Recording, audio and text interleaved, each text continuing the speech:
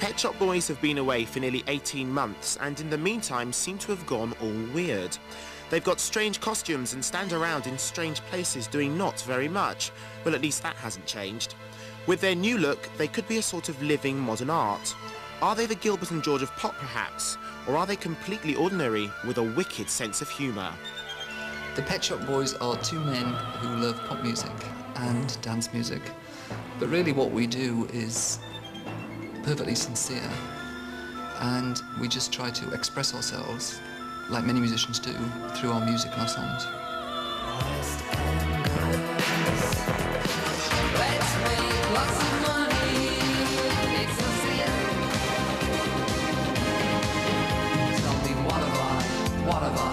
What have I done to deserve this? You're always on my mind. Left to my own devices. Well, I first met Neil in Chelsea, down the King's Road, in a shop on the King's Road, and I was living in Sydney Street and working at an architect's in Chelsea Embankment at the time, and Neil, it turned out, was living actually on the King's Road. I was working for a book publishing company called ITV Books. And I did things like I did a book with Madness, and I did a book about dressmaking, which was anyway very interesting. The first thing we started talking about was music, you know, and sort of we had a common interest in David Bowie at the time and all that sort of thing. But I was more interested in dance music, and I think he was a bit more into sort of like indie type stuff and sort of coming from more punk tradition. I had a synthesizer, and he came round to my flat to play my synthesizer, and we started writing songs, and it sort of took off from there. The original version of West End Girls was recorded in New York with this disco producer, Bobby Orlando, and it got released sort of as a one-off singles deal through CBS in this country. Nothing really happened in England, and we just thought it was like, oh, all over, you know, nothing's going to happen and that. And then when we're just about to sign a management contract with Tom Watkins, and he went over to Los Angeles, and the first thing he heard when he got off the aeroplane was West End Girls, and apparently it was like all over the radio all the time in Los Angeles. And eventually we remade the record and signed to EMI, and that's what then eventually became a hit in Britain. Sometimes you're better off dead. There's a gun in your hand that's pointing at your head. You think you're mad, too unstable, kicking in chairs and knocking down tables in a restaurant in a West End town. Call the police, there's a madman around, running down underground to a dive bar in a West End town. In a West End town, a dead end world, the East End boys and West End girls. In a West End town, a dead end world, the East End boys and West End girls. West End girls. We just thought it was great when we finished it. We thought it was really, really great. And in those days, there was always a lot of faffing around as to whether was it the right mix and all that kind of stuff. And Chris and I were absolutely sure that it just sounded absolutely right. And when you release a record like that and you've never had a hit, you don't really, really ever expect to have a hit, genuinely, but we loved the record. While they seem pretty ordinary so far, let's compare them to some famous modern art. Now, I want to talk about cover versions, because your West End Girls obviously was recently covered by top pop combo, East 17. What did you think of it? Well, I thought the cappella mix was good. What did you think of it? I'm too diplomatic to say. I asked Tom if they like it, and he said no, they don't like it. I just think it's flattering, really, for people to cover versions. I haven't got a problem with it at all. I think it's a far better version than the first one. So even if I did one and screeched my way through, you'd be quite happy? I'd be delighted. Oh, well, you never know, I might have a go. I've got the brains, you've got the looks. Let's make lots of money.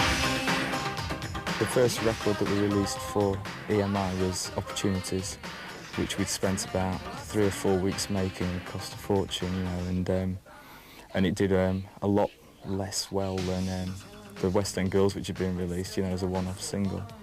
But no one seemed too disheartened by it, and we just carried on regardless, really. Choose the perfect time.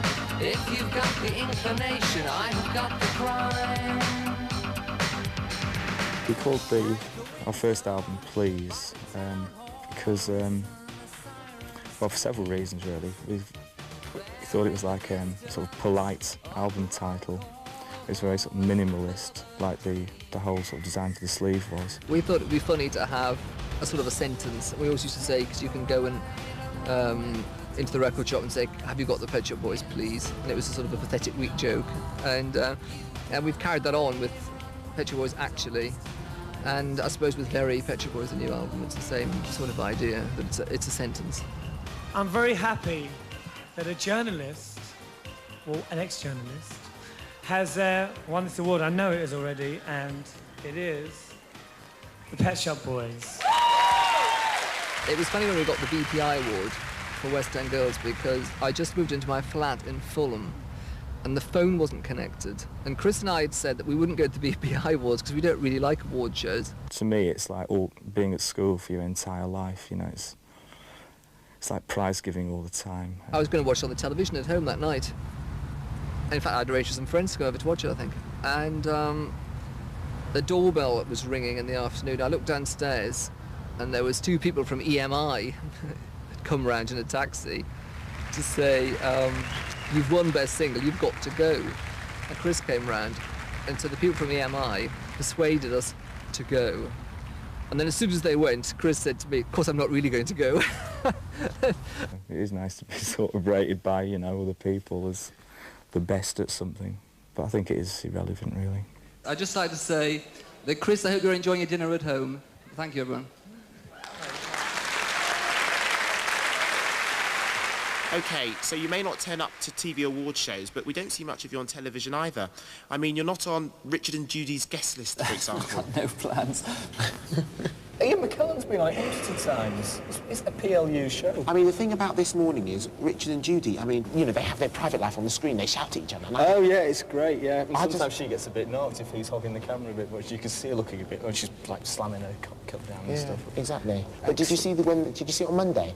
Did you see the makeover? Those are my favourites. Yeah. When they get some, you're like, oh God, but they get some, you know, old dragon in, and she comes out like. I believe that she watched the telly in the morning. You know, but that's the thing. Oh, I'm glad I found another. It's an excellent programme, it really is. You know, do you want to say hello to them? Because they watch this, you know. They do. They're big fans. Richard and Judy watch this show. Maybe we say hello when we go on the programme. You go on the programme. I'll go on it, I'll do it. Right now. I'll go for a makeover. If you're watching Richard and Judy, exactly, they'd like a makeover. Actually, I thought, you know, we'd already had the Pet Shop Boys on the show. Yeah. You know, the one with the beret. No, that's Curiosity Killed the Cat. Oh, yeah. Oh, cats, pets, same difference. Def Leppard, all the same, Absolutely. aren't they? Yeah. It's like we were going to go on Stars in Your Eyes. No. Under false names as the Pet Shop Boys. See if anyone noticed. Brilliant. Now, listen, we don't see much of you on television. I mean, we sort of try to dig up all the shows you've been on the BBC, and there is only a handful. I mean, is that something you, as you say, do you get so fed up of repeating the same answer that you think, well, we just won't go on television? We actually like appearing on good pop programmes, but I don't think there's enough of them. And, but also we don't like appearing on programmes that we think aren't very good. Yeah. Or where you're going to be made fools of. Yeah. And some people are quite good at doing funny, foolish things on television programmes, and some people aren't. I don't really think that we are particularly. I don't think the best part of our personality comes out then. But you're very good at dressing up. That's what we do instead, yeah. From the last video, we've all suddenly thought, lots of strange costumes. You've gone sort of to the extreme now. Why? On the last tour, you know, it was big costume production and everything, and we'd work with, you know, people from the English National Opera and everything like that. And we thought it'd be good to just forget about fashion, forget about all that, and just revert to what we'd been doing in the last show, and just do sort of costumes that had no relevance to anything else, you know, only existed in their own environment or their own world. And so we went back to David Fielding, who'd done the costumes on the last tour, and he came up with clothes, but he also came up with like a whole sort of concept for each song presentation, you know, what we could do on television shows or in the videos. When you did Top of the Pops, you practically recreated the video in the Top of the Pops studio. Yeah, well, we're very anxious with what we do, is that we have our own world, and that's how we present ourselves, and it doesn't refer to what other people do. And therefore, when we go on Top of the Pops, Increasingly what we wanted to do is take our own world with us. Now, at least in Go West, you reduce the sizes of the hats. I mean, they look a bit like sort of Pyrex mixing bowls now. But, I mean, tasteful in their own way. You had to stand in the middle of Moscow in these outfits. How did you feel? Well, it was funny because we went to Moscow for the opening of MTV Russia, this music channel that was opening over there, and there were so many people staring, you know. It's not so bad for me though, because I take my contact lenses out and then I can't see anything. So I'm not really aware of the nuances of people's expressions or what they're saying or whatever. Yeah, I find it terribly embarrassing, you know. But even so, I've got this massive visor on, so no one would be able to tell who I was anyway, but I still feel the sort of total shame of that. But really, I mean, it's great, because then you can really be in a world of your own. It's like... It's a bit like a superhero thing, you know, and you go back into the real world, then you go back to being a reporter at the Daily Bugle. Brilliant. Now, listen, the video for Go West, it changes the meaning of the song. We did the Russia bit because at the moment Russia is being encouraged and is trying to move in what one might call a more Western capitalist direction.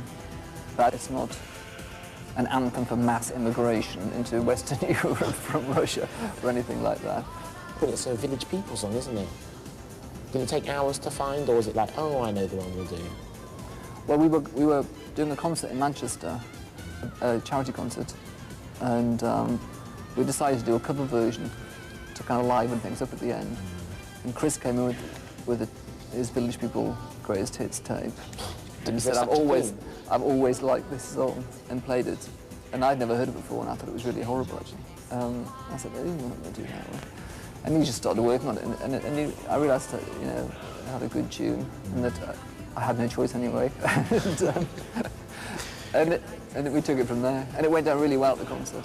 Oh, excellent. And we did it at a concert in New York as well, and two of the Village People were in the audience, and they came backstage afterwards and said it was wonderful. In the late 70s, Go West, I think, was about the kind of gay dream of moving from the East Coast of America to San Francisco, and everything would be fabulous. And, you know, where the dream went wrong was because suddenly AIDS came into it, which obviously no one knew about or could even conceive of in the late 70s. The music itself, anyway, the chord change, has a sort of a sad classical quality, so we tried to bring out that element to make it, you know, a happy dance record, but also to bring out the sort of elegiac quality it now has.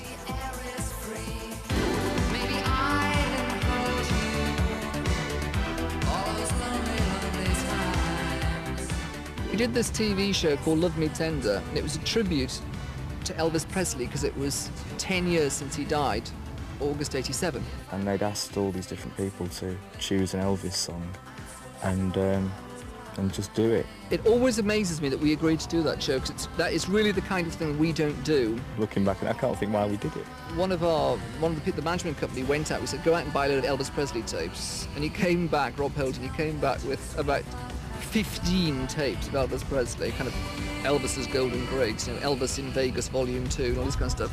Anyway, Chris picked up the first one. We thought, oh God, we're not going to listen to all of these tapes. And the first one was always on my mind. And he said, well, that's quite good, isn't it, what's on my mind? We said, oh yeah, that's quite good, yeah. Let's do that one. We realised as we were doing it, you know, it was dead good. And then it was released, and that eventually was #1 at Christmas. Say, for instance, you wanted to do a collaboration with another band. Is there a process that you have to go through? Well, normally what happens is we get an approach through our office that so-and-so really would like to do a record with you. Would you be interested in writing a song for them, maybe producing it or producing their album or something like that? And we normally can say within half a second yes or no whether we're interested in that person. You know, so if we had a song that was suitable for someone, you know, then, you know, we'd definitely consider giving it to them. We've just written a song for Tina Turner, which is going to record for her next studio album. And Chris had already written sort of half a song. And we thought, oh, this does sound a bit like Tina Turner, because we'd had sort of an approach from her manager about it. And we actually listened to some of her greatest hits. And again, that was more to thinking of some of the vocal melody about whether it would suit her voice or not, whether it was worth carrying on working on this particular song for her. I mean, it seems like everybody who has worked with you, they've all got sort of glowing things to say. Do you make it as easy as possible for them, or are you very strict with the way they treat your song? Well, when we did the Crying Game with Boy George, he only came in one afternoon and he sang it 3 times, and I thought it was the guide vocal, you know, when we might, although it sounded pretty good, and he was going to come in the next day and sing it a load more times, and he phoned up the next day and said, no, you've got it there, that's it. And in fact, when we listened to it, it was there. He was obviously he was right, you know.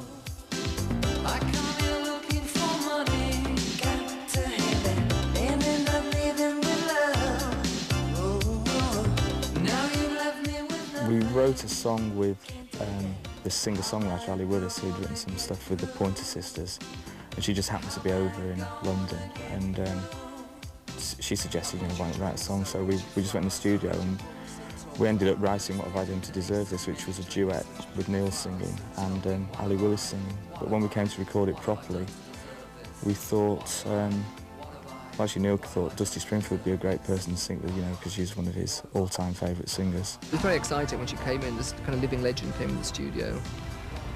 And I remember she wanted to know what we wanted her to sound like. And we said, oh, well, you know, we wanted to sound like Dusty Springfield.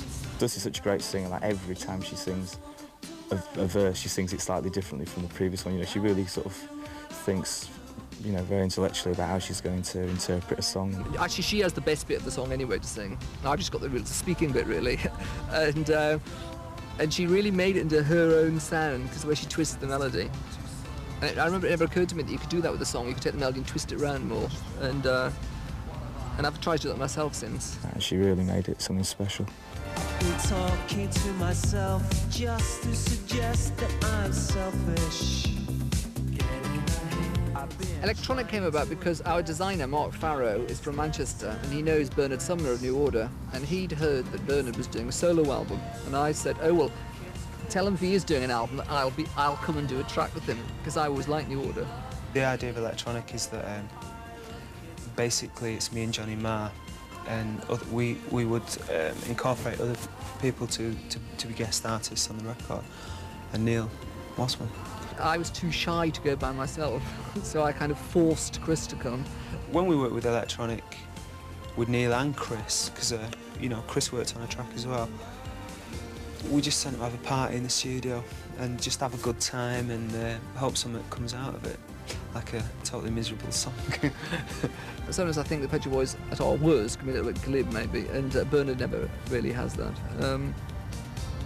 And also he has a very good sense of humour. You know, we've always had a good time. So, what do you think of the Pet Shop Boys music? I think they're crap. Really? Pet Shop who? The first tour was great because it was we did Hong Kong and Japan 7 dates, and then Britain for 7 dates. And originally we were only going to do Japan to see if, because we never toured before, and people always used to say, oh, Pet Shop Boys are the most successful group never to tour.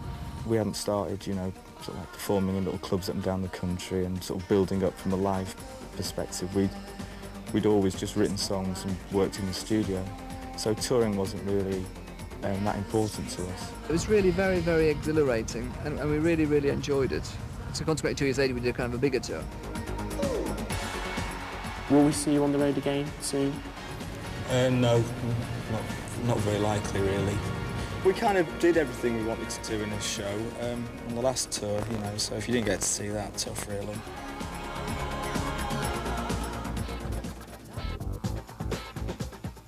One of the most enjoyable things I think that both of us have done as the Pet Shop Boys was standing for Simon Bates for 2 years running. I remember it was one of the most terrifying moments of my life. The great thing about that was that we said we'd like to do it, but we'd like to operate the decks, do all the stuff ourselves, and be able to play whatever records we want. And I thought, why are we doing this? Actually, it's quite funny because you also get some people complaining, you know, because every day we'd put a 15-minute non-stop dance mix out, you know, with no talk or anything. It was just very exciting, you get a real buzz. But that, for me, really was one of the most, you know, the most pleasing things I've ever done, really. I don't think we're very good at it. Someone said they thought it sounded like a pirate radio station, and I think it probably did. I came across. And I remember our American manager was on a plane with George Michael's manager, and he said, oh yeah, George has just done this video. He's got all the top models, it's cost a fortune. And Armour, our American manager, said, well, that's funny, because the Pet Shop Boys just done a video with all the top models, and they all did it for nothing. So, and it's a great video. That it's one of my favourite videos we've done. Time would come to an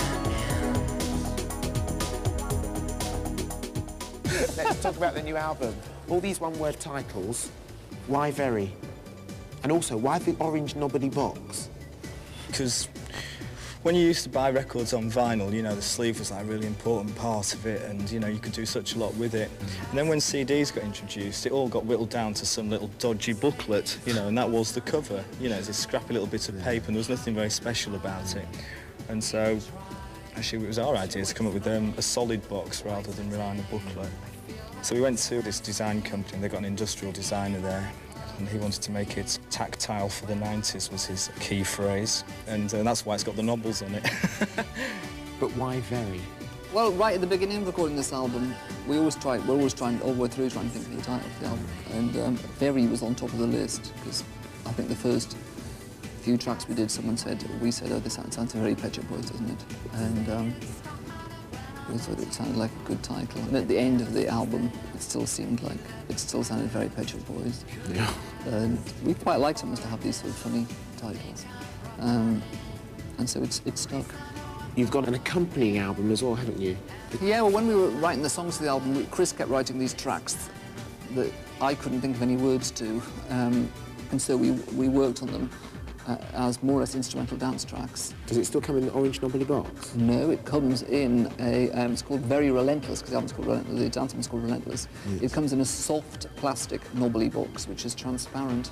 Oh. It's a 40-minute album of completely different music than the main one.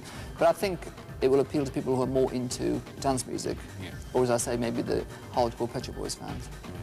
When we go in the studio, we just you never really know what's going to happen, you know, and like for instance, the last album, Behaviour, we intended to be a very sort of electronic techno album, but it ended up as kind of a sort of mellow, introspective sound album, which was never the intention, and so I think that's a good thing, really. It's not, you know, it's a less sort of cynical approach to pop music than I think most people would have. The music that we make tends to come out of how we feel, and you can't really predict how you're going to be feeling. I hope people like it, because, you know, we think it's really, really good, and it would be rather disappointing if for some reason everyone didn't like it. Shouldn't that be very, very good? Very, very good, yeah.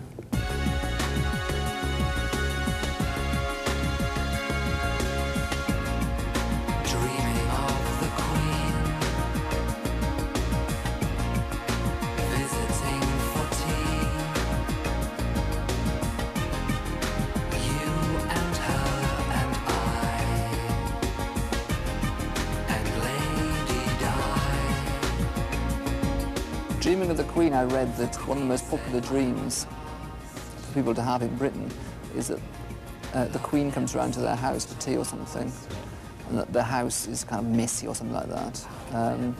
It's a sort of anxiety dream. And in the second verse, it refers to another popular anxiety dream, which is walking down the street with no clothes on or partly clothed. I just brought those two things together. At first I thought it was a funny idea, and then I was thinking of Princess of Wales' work in terms of AIDS, and so she says there are no more lovers left alive, and that's why love has died. So she's commenting on her marriage, as it were, breaking up, but it's also a comment on AIDS and, you know, how it's happened to me and you, which is, you know, how the song ends. So what are your favourite tracks? My favourite tracks are Dreaming of the Queen. Yes. Yesterday When I Was Mad. Yeah, that's another funny one, I thought. Yesterday When I Was Mad. That's the song about when we were on tour after the show. People were sometimes a bit flabbergasted by the show, and they would. It's based on the sort of comments people would say to you afterwards. Right. Sort of barbed comments people might make to you afterwards. And I started writing the words to that when we were on tour. Right. But again, it's just meant to be funny, really. So what are your favourite tracks? I like the theatre. That's about the theatre. Before you ask. The theatre, which is about the homeless on the Strand, was inspired by a remark a Tory MP made, saying the homeless, they aren't there, the people you step over when you leave the theatre. While you pretend not to notice all the years we've been here, the bones you step over as you leave the theatre. So that's what the chorus of the song is, and it's written from the point of view of someone sleeping on the strand. It's also not written from a kind of hopeless, wringing your hands point of view either. But I think when you write a song, you know, it can be inspired by your own experiences, or sometimes by people you know's experiences, or something you've read about in the paper. Young Offender is about growing old and comparing being old, as I am comparatively, with young people, and also the different kind of cultures one lives in. How young people nowadays live in a culture of computers. You say that computer games weren't the culture that you were brought up in, but you look at your two most recent videos, and they are lots of computer-generated graphics. Is this something you're thinking, well, maybe we should make sure that our audience know we know what's going on the street, if you see what I mean?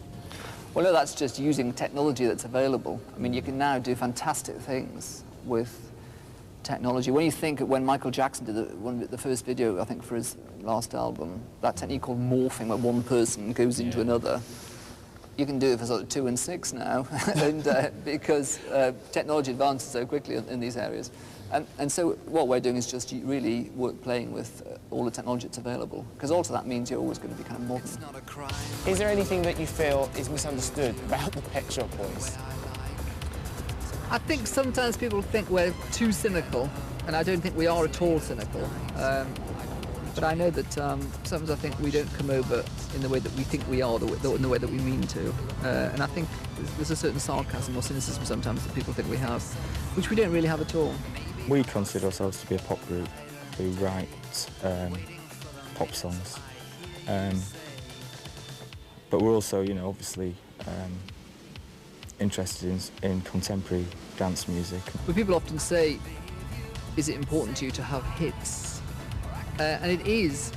I mean, you have this dichotomy that we write songs to please ourselves, but if they don't do very well, we're not very happy about it. Songwriters, first and foremost, is how we see ourselves. We write a song and then put it in contemporary format. We aim to make beautiful records that people, that we hope people will enjoy, and maybe even feel slightly affected by.